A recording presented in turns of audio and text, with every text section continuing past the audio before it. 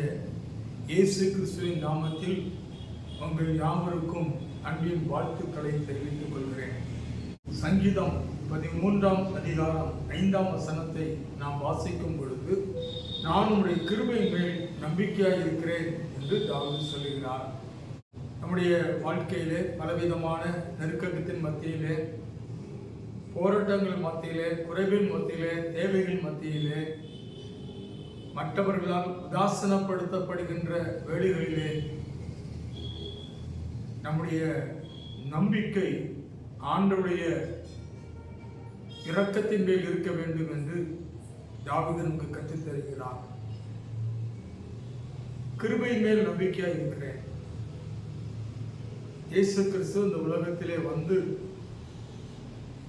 நாம் ஒவ்வொருவரையும் கிருபையினால் ரட்சித்திருக்கிறார், கிருபையினால் மீட்டிருக்கிறார்.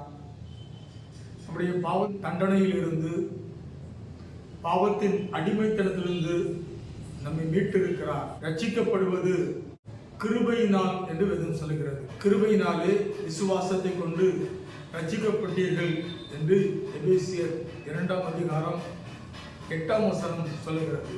நம்முடைய வாழ்க்கையிலே நம்மேல் இரக்கம் வைத்திருக்கிற அந்த இயேசுவை நாம் முழுமையாக நம்ப வேண்டும் என்று வேதம் நமக்கு கற்றுத் தருகிறது. மாத்திரமல்ல, தாவீது சொல்லுகிறார், உம்முடைய ரட்சிப்பினால் என் இருதயம் களிகூரும் என்று சொல்லுகிறார். ஆண்டவருடைய இரக்கத்திற்குள் நாம் இருக்கும் பொழுது நாம் அவருடைய மீட்பை பெற்றுக்கொள்ள முடியும். நாம் அவருடைய இரக்கத்தை நம்பி, ஆண்டவரே என்னை நடத்தும் என்று சொல்லி அவருடைய கரங்களிலே நாம் ஒப்பு கொடுத்து நாம் ஓடும் பொழுது நம்மை ரட்சிக்கிற தேவனாய் இருக்கிறார், நம்மை பாதுகாக்கிற தேவனாய் இருக்கிறார். ஆம் பிரியமானவர்களே, அந்த ரட்சிப்பு வரும் பொழுது நமக்குள்ளே ஒரு கலிகூறுதல் நமக்கு உண்டாகும், நமக்கு ஒரு மகிழ்ச்சி உண்டாகும். ஒரு கட்டப்பட்ட அனுபவத்திலிருந்து, நெருக்கப்பட்ட நிலையிலிருந்து, கண் கலங்கின வேளைகளிலிருந்து ஆண்டவர் நம்மை மீட்கும் பொழுது நமக்குள் ஒரு கலிகூறுதல் வரும். அதைத்தான் தாவீது சொல்லுகிறார், ரட்சிப்பினால் என் இருதயம் கலிகூறும் என்று சொல்லுகிறார்.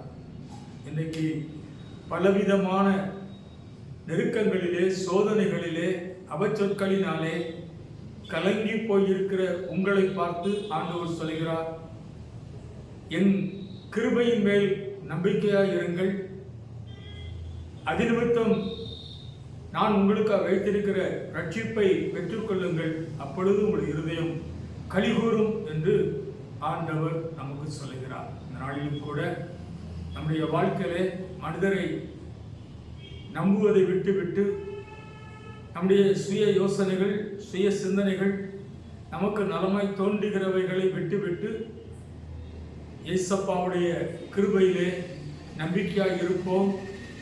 அவர் நமக்கு தந்திருக்கிற ரட்சிப்பை பெற்றுக்கொள்வோம். அந்த ரட்சிப்பிலே நிலைத்திருப்போம். நாம் இருதயத்திலே ஒரு கலிகூறுதலை பெற்றுக்கொள்வோம். ஜெபிப்போம். அன்பின் பரலோக தகப்பனே, உம்மை துதிக்கிறோம், ஸ்தோத்திரிக்கிறோம். நான் ஒரு கிருபையிலே நம்பி இருக்கிறேன் என்று சொல்கிறார். அதே போல நாங்களும் ஒரு கிருபையிலே நம்பி இருக்கக்கூடிய கிருபையை தாரும்.